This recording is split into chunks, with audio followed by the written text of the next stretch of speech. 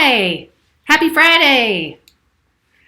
Today's episode of Tips and Tricks is our third installation of the Arpeggios series, and today we're going to focus on Etude number 38.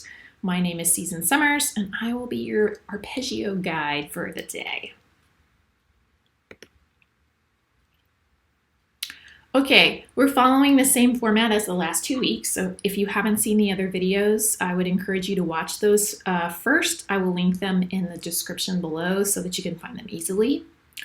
On this page, I've just taken the Etude, number 38, and highlighted all of the places where we have arpeggios, and I just wanted to point out that some of these measures that I've highlighted actually have more than one arpeggio in there, so when we get to the next slide, the measure number is going to be listed more than once. So I just wanted to point that out so that that isn't confusing. If you don't have the practice handout, take time to scan the QR code and then you'll have all the arpeggios on a sheet on one page. All right, here is where we're going to spend most of our time. If you don't have your oboe out or handy, go ahead and take a second to go get your oboe. You can pause the video because we're going to play through these arpeggios together. And I will give you some fingering tips and things like that as we go through and some tuning advice, etc. And I just wanted to point out that when I originally made the practice handout, I actually noticed that I left a couple of arpeggios off. I think I was trying to streamline, but I missed them somehow. And so I've added them on to the list over here at the bottom, but they're not here. So I will talk about these couple at the bottom a little more in depth when we get there and explain what pitches to practice so that you know what to do. Okay, so as we've learned the past 2 weeks, the most popular arpeggios are always going to be tonic and dominant, meaning the first note of the scale and the fifth note of the scale. And they happen, you know, as you can see, many more times than the other arpeggios. So we're going to start with those two. And the B major arpeggio can be kind of a booger on the oboe. And the reason is this first interval that we have, B to D sharp. So there's two ways you can do this. The way that I do it is I finger B with the low C key, and then when I go to D sharp, I slide my right pinky over to that far D sharp key. And I can slide back and forth like that, keeping my pinky kind of straight. If that doesn't work for you, no problem. The other way you could do it is you could finger B natural with the C sharp key and then kind of roll onto the D sharp key. Now for me, I have like really little pinkies, so that feels kind of stressful on this top joint, so that's why I personally like the sliding better, but everybody's different, so I wanted to give you both options. The other thing I wanted to mention is that if you're trying to practice slurring all of this like I am, sometimes when we slur up to high D sharp, it doesn't want to come out. It might be great on your oboe, but if it's a problem, you can also finger that not only with the B natural key, which is the real fingering, but you may try instead to use the B flat key. On some oboes, that works a lot better and responds a lot better. On my oboe, it definitely slurs much better. So if I'm articulating high D sharp, I'll use the B natural key. And if I'm slurring up to it, I'll use the B flat key. It does make the pitch usually a little bit lower, so just be prepared for that. But if you haven't tried that, give it a shot, see what you think. And last but not least, again, if you don't want to play high F sharp here, you can leave that out and then just jump back in whenever you're ready. High D sharp, high B, whatever fits, you know, appropriately into your level here. Okay, so I'm going to put the metronome on 80. I'm going to count off a measure of 4. And then we'll play through the B major arpeggio, B, D sharp, and F sharp. And I'm going to slur, but you're welcome to do any articulation.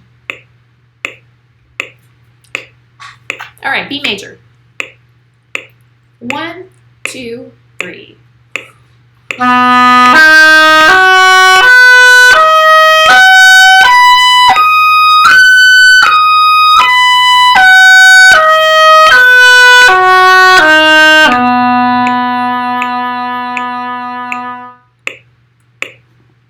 Okay, now the dominant arpeggio is right below. So this is the 7th arpeggio, so 4 notes. So we've got F sharp, A sharp, C sharp, and E. And this is very much a full range arpeggio because I have it printed all the way up to high F sharp and then all the way down to low A sharp. So it's going to use the full range. So again, that might freak your brain out a little bit, but you know, again, you can always practice slower than 80 when I'm not here, or try it without the metronome if that seems easier. And for now, just leave some of the notes off if you need to. All right, so F sharp, dominant 7th together. 1, 2, 3.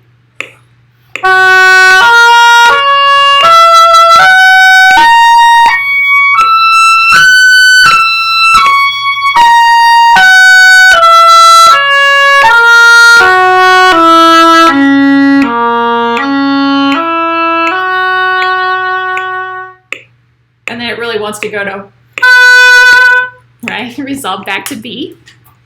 Okay, now we've gotten to the other arpeggio section, the others.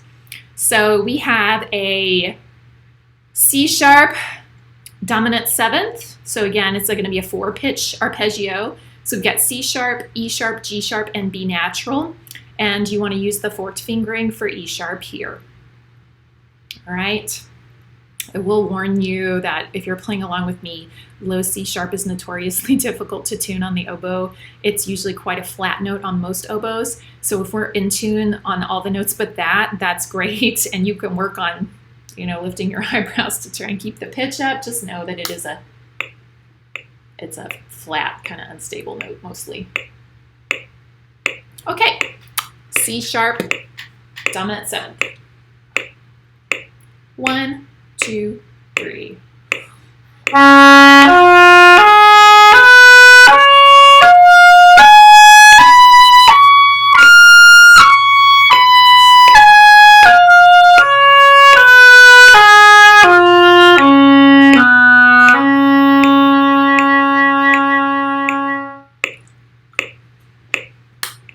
All right, good. The next one is G sharp minor.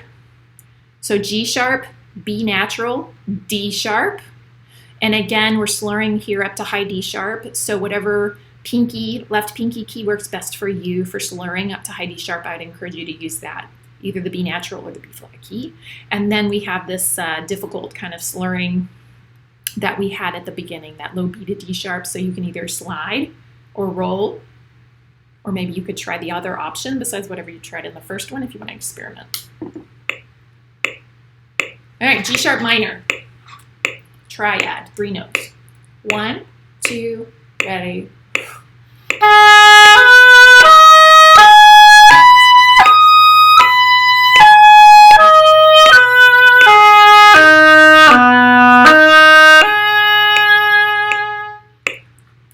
Okay, good.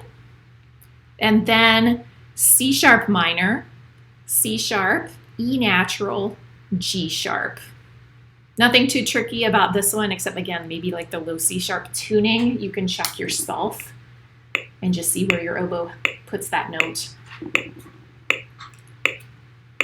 1, 2, 3.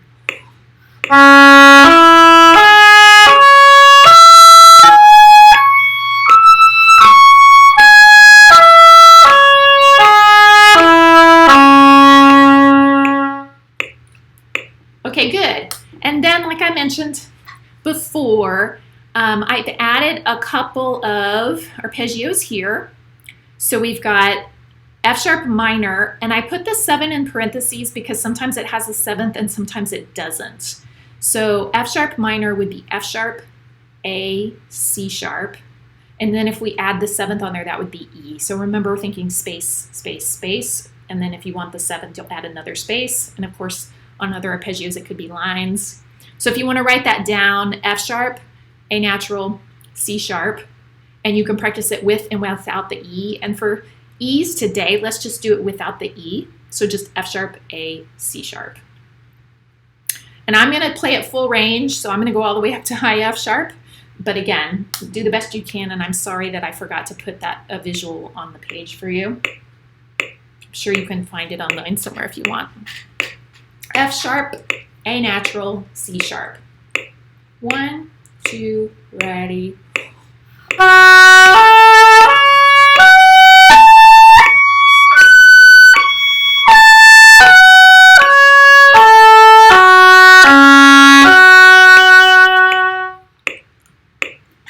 And then if we to add the 7th, it would sound like this. I'll just play a 1 octave so you can hear it.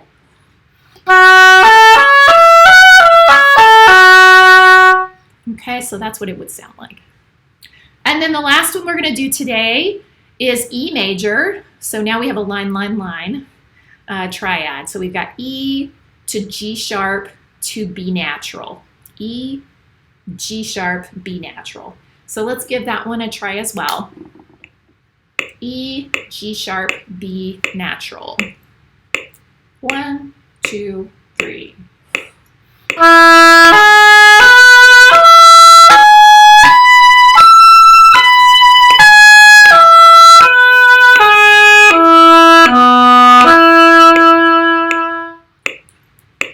All right, so that brings us to the end of the arpeggios used and Etude number 38.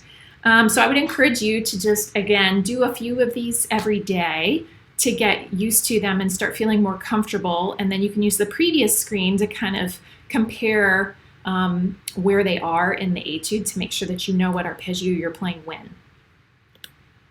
I've left all of these, again, the same as the previous 2 videos, which you should watch if you haven't watched those already. And it talks about the practice tricks mostly in video 1, so you can get the details there. All right, that's the end of our arpeggio trilogy, and I will let you guys go. I will see you next Friday with a new video on a brand new topic. If you have any requests, you can leave those in the comments. I'm always looking for new ideas, and I definitely want to provide content that is helpful. So let me know if there's any way that I can be of assistance with learning your music. All right, guys, have a great evening, and I will see you next week. Bye.